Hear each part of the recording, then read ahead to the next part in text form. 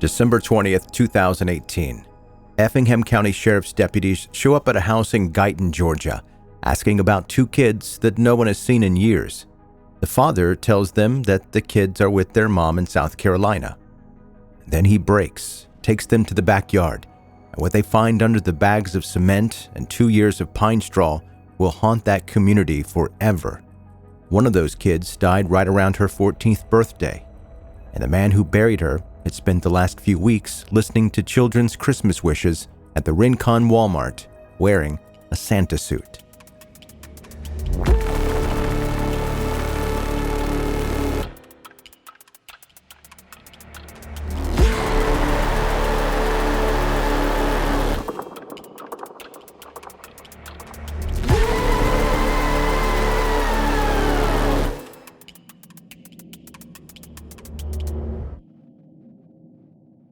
Guyton, Georgia sits about 30 miles northwest of Savannah in Effingham County.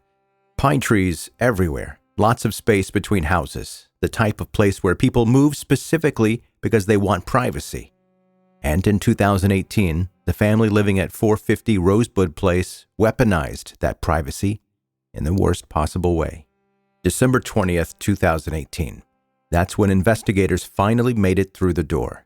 What they found was a crime scene that had been operating for years, and two children buried in the backyard. One of them, Mary Crocker, had died in late October, right around the time she would have been celebrating her 14th birthday.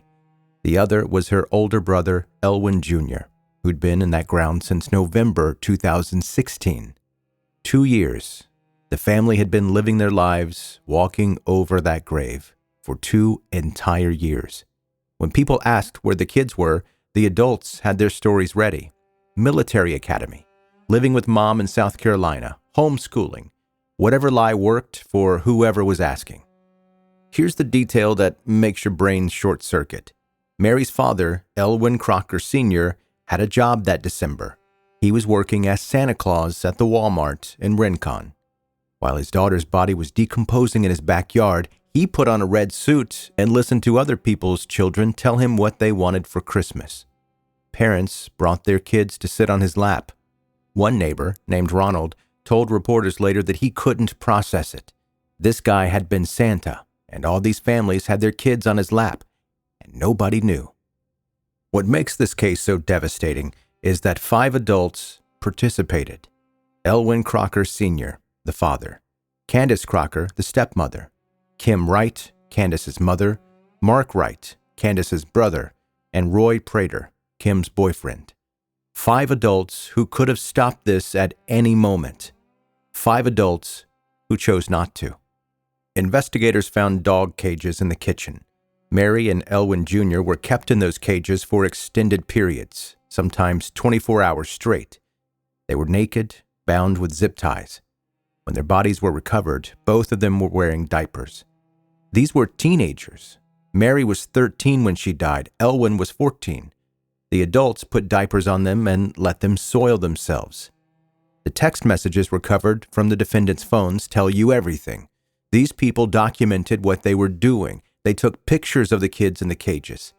Candice Crocker sent messages about making Mary's food taste bad so she wouldn't want to eat it. There are texts expressing hope that Mary would get sick. This was calculated, systematic torture. There was a 3rd child in that house. James was about 11 when this all came to light. He has cerebral palsy. Family members told investigators the only reason James survived is because the adults were collecting disability checks from him. SSI payments every month. James lived because he was profitable. He was also forced to participate in the abuse. Investigators say a relative made James hit his sister Mary with a frying pan. You're a kid watching your siblings get tortured and murdered, and they make you hurt them too. James eventually testified about what happened in that house, and his testimony is crucial to the prosecution's case. And this part is weird, but Elwyn Crocker Sr. is related to Donald Pee Wee Gaskins, one of South Carolina's most prolific serial killers. Gaskins was executed in 1991. He was a cousin to Crocker's grandfather. Israel Pattinson, another cousin, has talked publicly about what he calls a family curse. He describes this strain of violence that gets passed down through generations. Patterson witnessed Elwyn Sr. beating and abused when they were kids. Court records confirm that child welfare workers investigated abuse of young Elwyn Sr. decades later. Patterson broke the cycle by learning about trauma. Elwyn Sr. went the other way. He recreated what was done to him, probably worse. The system had multiple chances to stop this. In 2012, the Division of Family and Children's Services opened an investigation after the family moved from South Carolina to Georgia. The children stayed in the home. In 2013, Mark Wright was charged with cruelty to children for hitting Elwyn Jr. hard enough to leave substantial bruising. The charges were dropped with no contact order. Nobody enforced it. He kept living in the house, kept abusing Elwyn Jr., and eventually helped bury him. January 2014 is when Elwyn Jr. vanished from the system. His parents pulled him out of 6th grade and filed paperwork to homeschool. In Georgia, that's all it takes. The school loses track of the child completely. No oversight, no home visits, and Elwyn Jr. died November 2016. For the next 2 years, the family told people he was at military school or off living with his biological mother. In 2017, someone called DFCS to report that Elwyn Jr. had been abused. DFCS looked at the report and decided not to investigate. Their reasoning? The alleged abuse happened a year earlier. They deemed the information too old to be actionable. At the time of that call, Elwyn Jr. was already dead. He'd been buried for months. Mary was still alive and still being tortured. If DFCS had sent someone to investigate, they would have asked to see Elwyn Jr. The family couldn't produce him. Everything would have unraveled. Mary would have been removed. She would have survived. Mary Crocker spent another year in hell before dying in October 2018. She was pulled out of South Effingham Middle School that same month. By the end of October, she was dead. The family claimed she was being punished for stealing food. A starving child desperate enough to try to eat, punished for survival. A relative contacted the sheriff's office directly in December 2018. This person specifically told investigators they believed Mary was deceased. That language mattered. This was a death notification, and it triggered an immediate response. Deputies arrived at 450 Rosebud Place on December 20th. The adults stuck to their rehearsed story. The kids are with their mom. But investigators saw through it. Elwyn Sr. broke first. He admitted the children were dead and took deputies to the backyard. Mary's grave was newer, covered with cement bags and trash. Elwyn Jr.'s burial site had 2 years of debris camouflaging it. Elwyn Jr.'s remains were mostly skeletal, but forensic anthropologists found healed fractures and signs of growth arrest, evidence of chronic, long-term abuse. Mary's body still showed soft tissue trauma, ligature marks from the zip ties, and the diapers. The legal process has been slow. Roy Prater pleaded guilty to murder and concealing a death in February 2020. He's cooperating, awaiting sentencing. Candice Crocker took a deal in October 2020.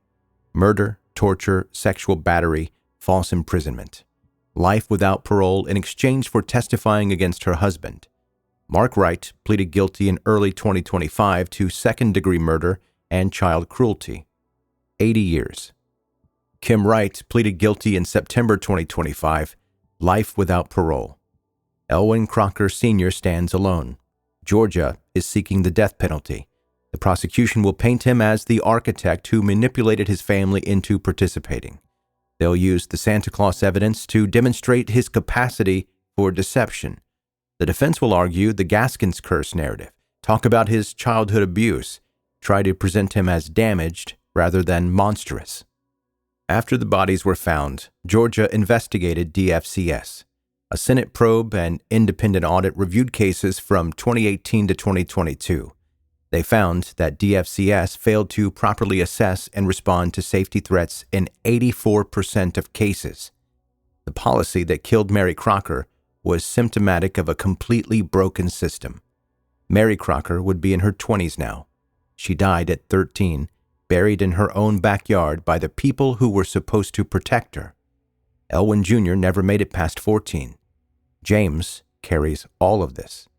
The trial for Elwyn Crocker Sr. is still pending, and somewhere, a kid with cerebral palsy is trying to build a life from the wreckage of 450 Rosebud Place.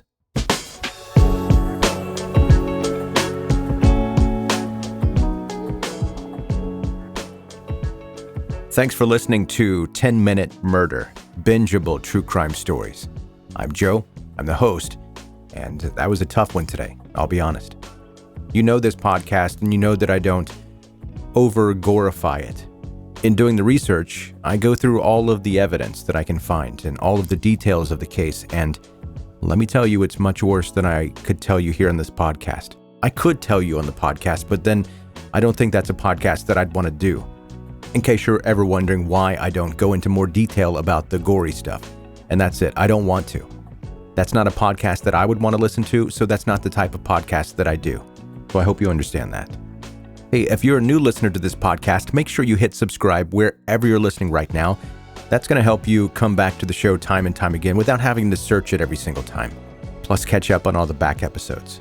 You can go to 10minutemurder.com if you want to, and there you're going to find a place where you can sign up for the newsletter, a blog, links to everywhere you can find the podcast on social media and on other listening apps. If you are listening on an app that you're not really fond of, you can go to my website, 10minutemurder.com, and find another place to listen. And that's going to do it. That's your episode for today. I really do appreciate you listening to 10 Minute Murder. See you next time.